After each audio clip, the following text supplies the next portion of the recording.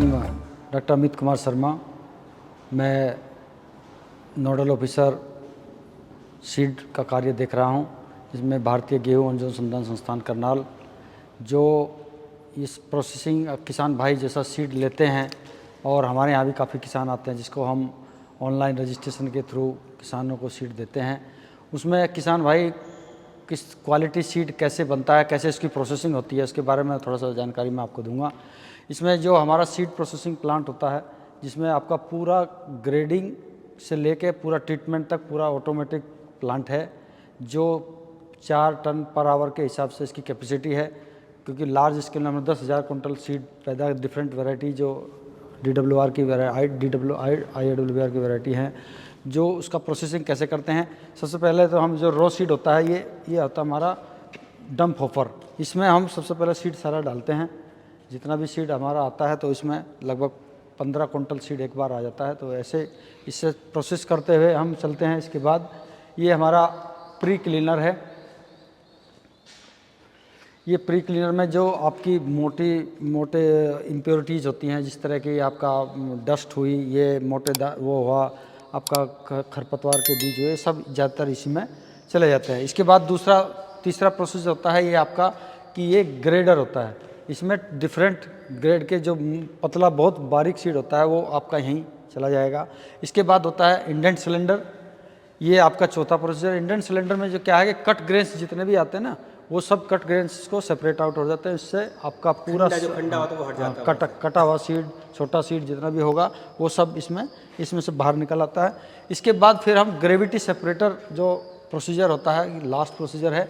इसमें क्या करते हैं, ग्रेविटी सेपरेटर में जो उसकी सीड की ग्रेविटी के हिसाब से जो हल्का सीड होता है वो बाहर रिजेक्ट हो जाता है, और जो मैक्सिमम बेस्ट क्वालिटी का सीड होता है वो आपका ग्रेडर से हम कर लें। ये हमारा उसको इसमें वो करने के लिए, जो स्टोर करने के लिए 5 टन का 50 कुंटल का वो है। इसके बाद फिर हम इसको ऑटोमेटिक बैगिंग मशीन हमारे पास है कि हम इसमें 40-40 किलो के बैग जब बनाते हैं, क्योंकि किसानों को 1 एकड़ में 40 किलो बीज की आवश्यकता होती है, उसमें हम 40-40 किलो बीज देते हैं। या तो कुछ जो ट्रीट करते हैं वो ट्रीटर के थ्रू, पहले तो ये लाल सीड आप देखते हैं, उसमें हम दवाई जो मिलाते हैं, उसमें टैबेकोनाजोल जो हमारी दवाई है उसका 1 ग्राम मात्रा प्रति किलो के हिसाब से उसको हम करते हैं। 40 किलो का एक पैकेट आता है, 40 ग्राम का पैकेट आता है, जो एक बैग के लिए सफिशिएंट होता है।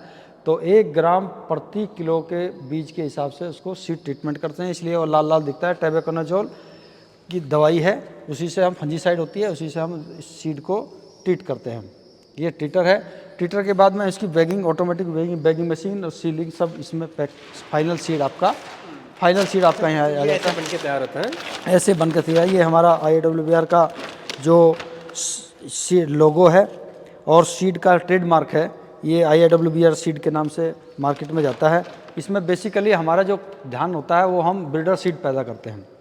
ब्रीडर सीड जो गवर्नमेंट एजेंसीज हैं या प्राइवेट एजेंसी है, जो सीड उद्योग में लगी हुई हैं और सीड को मल्टीप्लाई करके किसानों को देती हैं, वो क्वालिटी का सीड हम फर्स्ट क्वालिटी का सीड जो एजेंसीज को, जो सीड प्रोड्यूसिंग एजेंसी देते हैं।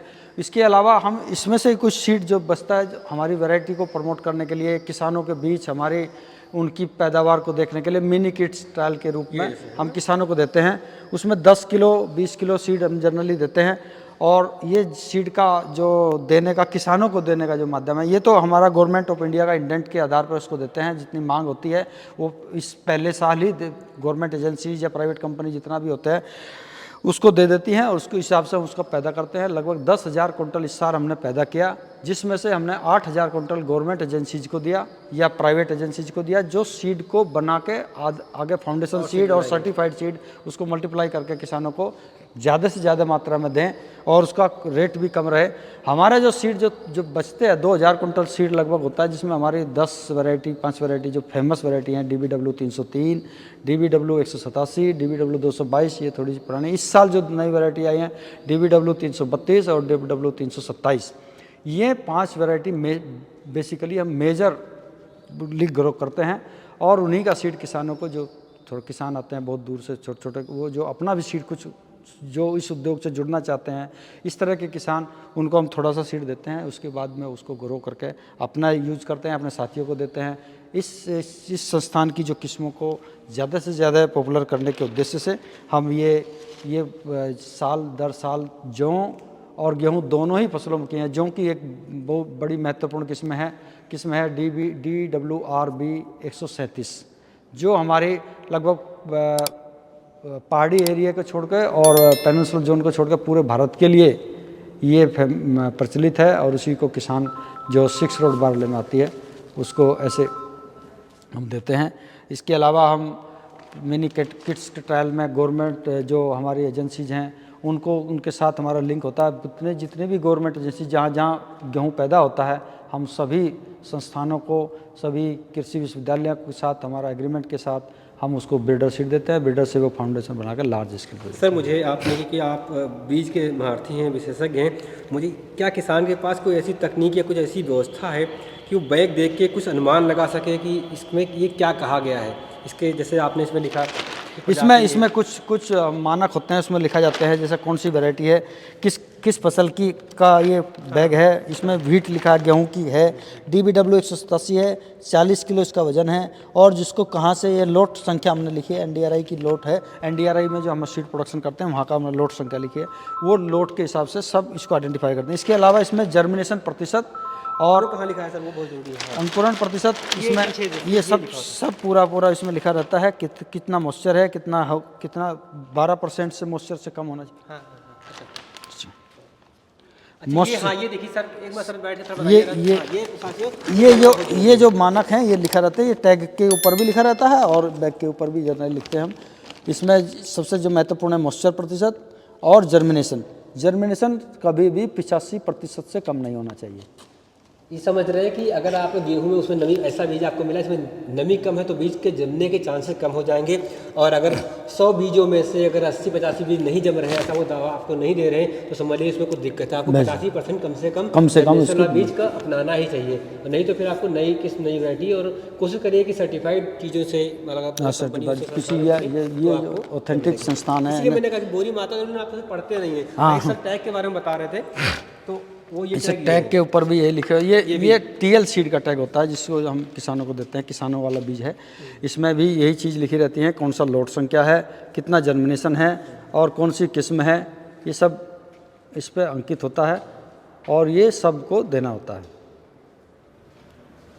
बहुत बढ़िया सर। ये हाँ, ये छोटी छोटी जानकारियाँ हैं जो आपको जीवन में काम आती हैं, आपकी खेती किसानी की उसमें काम आती हैं। और अभी कैसा होता है सर, अगर दूसरी यूनिट लेके जा रहे हैं वहाँ भी हम कुछ ना कुछ सीखेंगे और आपको सिखाएंगे।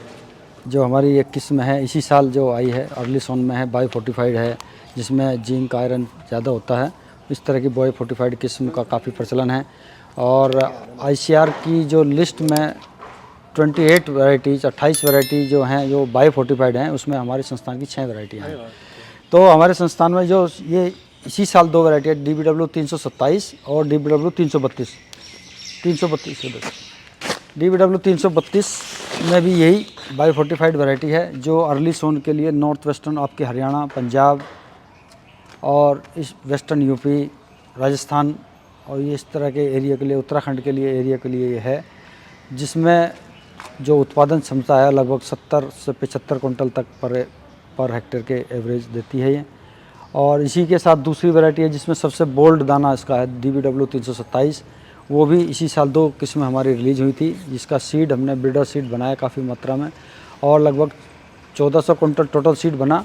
1400 में से 1100 कुंटल सीड हमने ब्रीडर सीड के रूप में विभिन्न एजेंसी जी को, जिसके साथ प्राइवेट कंपनी के साथ MOU करने के बाद उसको हम सीड डिस्ट्रीब्यूट कर दिया। ये 332 ये 332 जो किस्म है। और अभी जो आने वाली हमारी किस्म है जो इस साल चिन्हित हो चुकी हैं, उसमें सबसे जो महत्वपूर्ण है DBW 370, DBW 371 और DBW 372। ये जो किस्म है ये नॉर्थ वेस्टर्न प्लेन जोन के लिए, मतलब आपका हरियाणा पंजाब के लिए है। और जो बिहार और आपका पूर्वी यूपी के लिए है वो DBW 316 है, वो भी बायो फोर्टिफाइड किस्म है और वो अगले साल हम किसानों को उसका बीज देंगे।